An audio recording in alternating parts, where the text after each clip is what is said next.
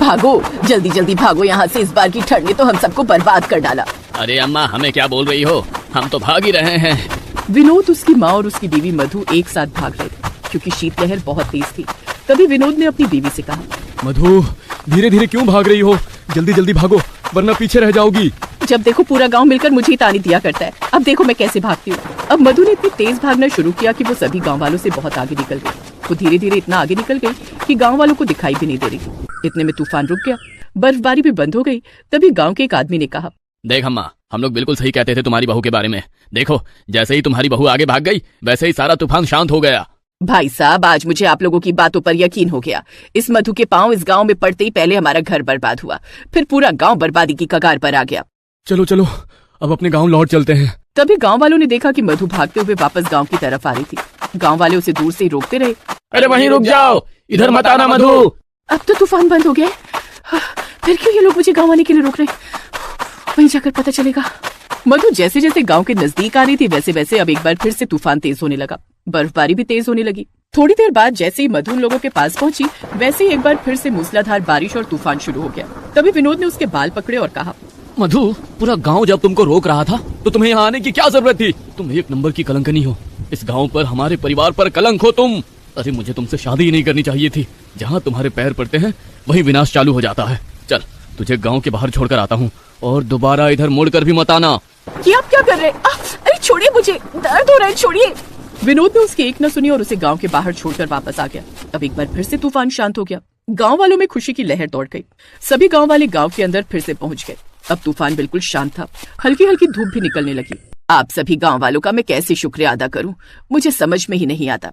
आप लोगों ने बार बार मुझे मना किया कि उस औरत को अपने घर की बहू मत बनाओ, लेकिन मैं बार बार विनोद की बातों में आ जाती थी। अब मैं उसके कदम न अपने घर में पड़ने दूंगी और न ही इस गांव में। सभी लोग अपने अपने घरों में चले गए। सभी को लगता था कि ये सब कुछ मधु की वजह से हो रहा है। दूसरी तरफ मधु रोती बिलखती हुई किसी जंगल में पहुंच गई। वो बरगद के पेड़ के नीचे बैठकर रोने लगी। हे भगवान, तूने मुझे कलंकिनी क्यों बनाया? पहले तो गांव वाले ही कहते थे, अब सासू माँ और मेरे पति भी मुझे कलंकिनी ही समझते हैं। जहाँ मेरे पैर पड़ते हैं वहाँ बर्बादी शुरू हो जाती है। अब मैं क्या करूँ? तभी मधु की नजर एक गाय पर गई। वो गाय ठंड की वजह से ठिठुर रही थी। मधु उठकर गाय के पास गई और उसे सहलाने लगी। हे गाय माता, आपको और मेरा अब इस दुनिया में कोई नहीं है।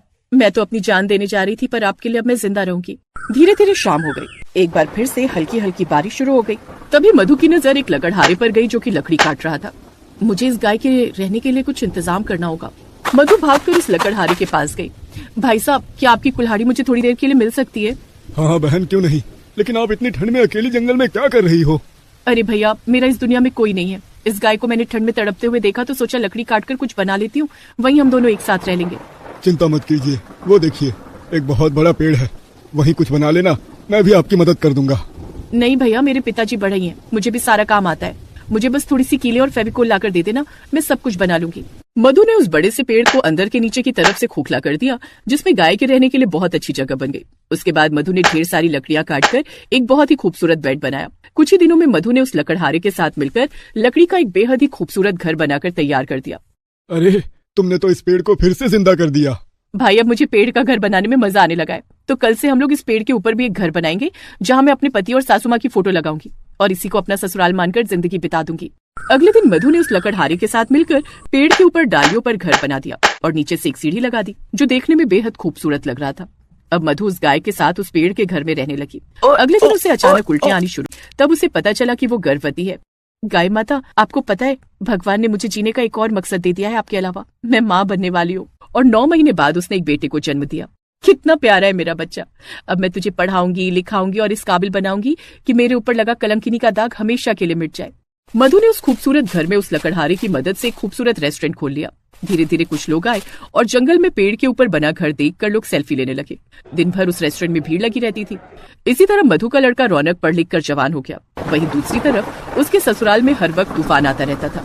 एक रोज सभी गांव वाले इकट्ठा हुए। भाई साहब, आपने तो कहा था ये सब कुछ मेरी बहू की वजह से हो रहा था। अब क्या हुआ? जब से बहू गई है तब से तो हर दिन इस गांव में तूफान आता है। अब तो हम सबके घर भी उजड़ गए। हम सब लोग सड़क पर तंबू बनाकर रहते हैं। इतने साल बीत गए, पता नहीं कहाँ होगी मेरी मधु। हमें तो लगा था सब आपकी बहू की वजह से ही हो रहा है, लेकिन उसके जाने के बाद तो और भी ज्यादा परेशानी आ गई इस गांव में। प्रधान जी गांव छोड़कर चले गए, हम सबको अकेला छोड़ दिया उन्होंने। हम सब तो बर्बाद हो गए। कोई भीख देने वाला भी नहीं है अब। माँ, चाचा ने बहुत सही आइडिया दिया है। हम दोनों को किसी न किसी तरह जिंदा तो रहना ही पड़ेगा। चलो शहर चलकर भीख ही मांगते हैं। इतने में गांव में एक लग्जरी कार आकर रुकी, जिससे रौनक बाहर निकला। वो सूट बूट में था तो लोगों ने सोचा कोई बड़ा आदमी है, इसलिए सब उसके पास आए। आओ आओ साहब आओ। इस गांव की तरफ लोगों ने देखना ही छोड़ दिया। आप भले इंसान हैं जो यहाँ आए। देखिए, मेरी माँ ने मुझे यहाँ भेजा है। मैं बहुत बड़ा रेस्टोरेंट और होटल खोलना चाहता था, तो मेरी माँ ने मुझे यही गांव सजेस्ट किया। यहाँ मुझे जमीन मिल जाएगी? अरे बेटा, तुम्हारा बड़ा उपकार होगा कि इस गांव में तुम धंधा खोल लोगे। तुम्हारी वजह से ये गांव फिर से जी उठेगा।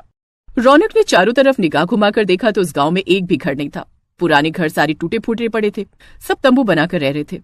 पता नहीं मेरी माँ ने मुझे इस गांव में होटल खोलने को क्यों बोल दिया। माँ की बात तो टाल नहीं सकता। तो बताइए, गांव में जमीन लेने के लिए किससे बात करनी पड़ेगी? क्योंकि मैं कल से ही काम शुरू करना चाहता हूँ, और अगर आप लोग काम करना चाहें तो कर सकते हैं। मुझे कम से कम 200 लोगों की जरूरत पड़ेगी। ये सुनकर गांव वालों को ऐसा लगा जैसे कोई भगवान आ गया है। बेटा, इस गांव में तुम कहीं भी होटल खोलो, तुम्हें कोई पैसा देने की जरूरत नहीं है। ये हम सबकी ही जमीनें हैं। ठीक है, कल हमारे आदमी आएंगे, उन्हें जगह बता देना, वो काम चालू कर देंगे। फिर मैं उद्घाटन वाले दिन अपनी माँ को लेकर आऊंगा। जरूर बेटा, हम भी तुम्हारी माँ से मिलना चाहेंगे जिसने तुझ जैसे देवता को जन्म दिया। अगले दिन से ही कारीगरों ने उस गांव में एक बहुत बड़ा रेस्टोरेंट कम होटल बनाना शुरू किया। कुछ महीनों बाद होटल बनकर तैयार हुआ। रौनक अपनी माँ को लेकर लग्जरी कार से उस गांव में दाखिल हुआ। जैसे ही उसकी माँ कार से उतरी, वैसे ही पूरा गांव अचंभे में पड़ गया। सबकी आंखें फटी की फटी रह गईं। विनोद, ये तो बहू है, चाचा पहचाना? हाँ बहन, ये तो हमारी बहू मधु है, जिसे हमने कलंकनी कहकर इस गांव से भगा दिया था। वो सब आपस में बातें कर ही रहे थे कि तभी मधु अपने बेटे का हाथ पकड़कर गांव वालों के पास आ गई। रौनक बेटा, तू हमेशा पूछता रहता था ना कि तेरे पिता कौन है, मेरा परिवार कहाँ है? यही है अपना परिवार। ये तेरे पिता हैं और ये तेरी दादी माँ। ये सुनकर रौनक भावुक हो गया। रौनक ने तुरंत विनोद और अपनी दादी के पैर छू लिए। मधु, ये हमारा बेटा है? हाँ, ये हमारा ही बेटा है। चिंता मत कीजिए, मैंने अपने बेटे को कुछ भी नहीं बताया है। लेकिन मैं बताऊंगा आज। बेटा, हम सब गांव वाले मधु को कलंकिनी समझते थे। हमें लगता था कि जहां इसके पैर पड़ेंगे वहीं बर्बादी आ जाएगी। हम सब ने मिलकर इसे गांव से भगा दिया था।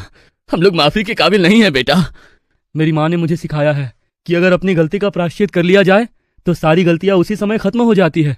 मुझे आप लोगों से या गांव वालों से कोई शिकायत नहीं है। आप लोगों ने मेरी माँ को कलंकिनी समझा था ना, आज मेरी माँ की वजह से ही ये गांव फिर से उठेगा। हम सब मिलकर मेहनत करेंगे, इस गांव को इतना हरा भरा बनाएंगे कि देश विदेश से लोग यहाँ घूमने आएंगे। पर अगर मेरी माँ को किसी ने दोबारा कुछ कहा तो मुझसे बुरा कोई नहीं होगा। बेटा, बहू तो एक ऐसी देवी है जिसने तुझ जैसे देवता को जन्म दिया, हमें नहीं पहचान पाए। इसके बाद मधु ने अपने पति और सास को जंगल का पेड़ वाला घर और रेस्टोरेंट दिखाया, जहाँ रौनक पढ़ लिख कर बड़ा हुआ था। उसके बाद सब खुशी खुशी रहने लगे।